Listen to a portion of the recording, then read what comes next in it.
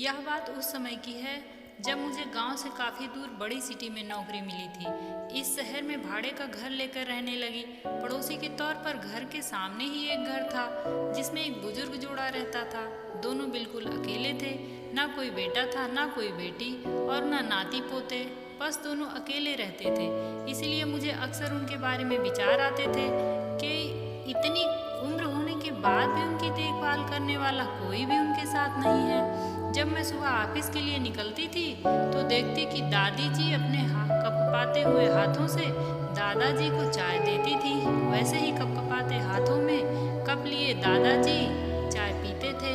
वहाँ पर रहते हुए कुछ दिन होने के बाद मुझे पता चला कि दोनों मिलजुल के धीरे धीरे घर के सारे काम खुद करते थे।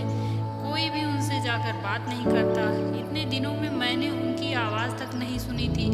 जब मैं शाम को ऑफिस से घर आती तब दोनों को घर के आंगन में बैठा पाती थी और उन दोनों के ही चेहरों पर थकान साफ साफ दिखाई पड़ती थी। मेरा मन कई बार करता कि उनसे जाकर बात करूं, लेकिन फिर किसी वजह से मेरे पाँव वहीं थम जाते। मैं जब जब उन्हें देखती मुझे मेरे दादा दादी की बहुत याद आती और मैं घर पर फ़ोन लगाकर उनसे बात कर लिया करती। एक संडे जब मेरे ऑफिस में छुट्टी थी तो मैंने देखा दादी जी काम कर रही थी, लेकिन उन्हें रोज़ की अपेक्षा आज काम करने में कुछ ज़्यादा ही तकलीफ़ हो रही थी। मैंने उनके पास जाकर पूछा कि दादी जी आपकी तबीयत तो ठीक है ना, क्या मैं आपकी कोई मदद कर सकती हूँ? उन्होंने प्रतिक्रिया नहीं दी। मैंने दोबारा उनसे पूछा, बताइए दादी जी मैं क्या करूँ आपके लिए? उन्होंने फिर भी कोई उत्तर नहीं दिया। मुझे काफ़ी आश्चर्य हुआ।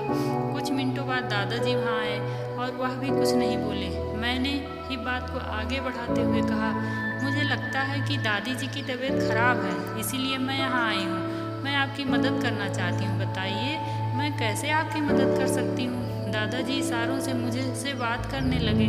उन्होंने इशारों से मुझे बताया कि दादी जी सुन और बोल नहीं सकती।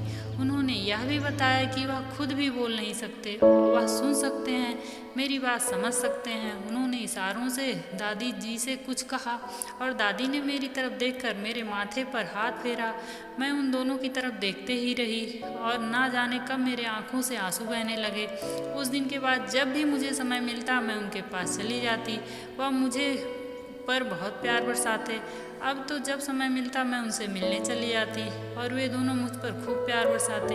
एक दिन मैंने उनसे पूछा, क्या आपके कोई औलाद नहीं है?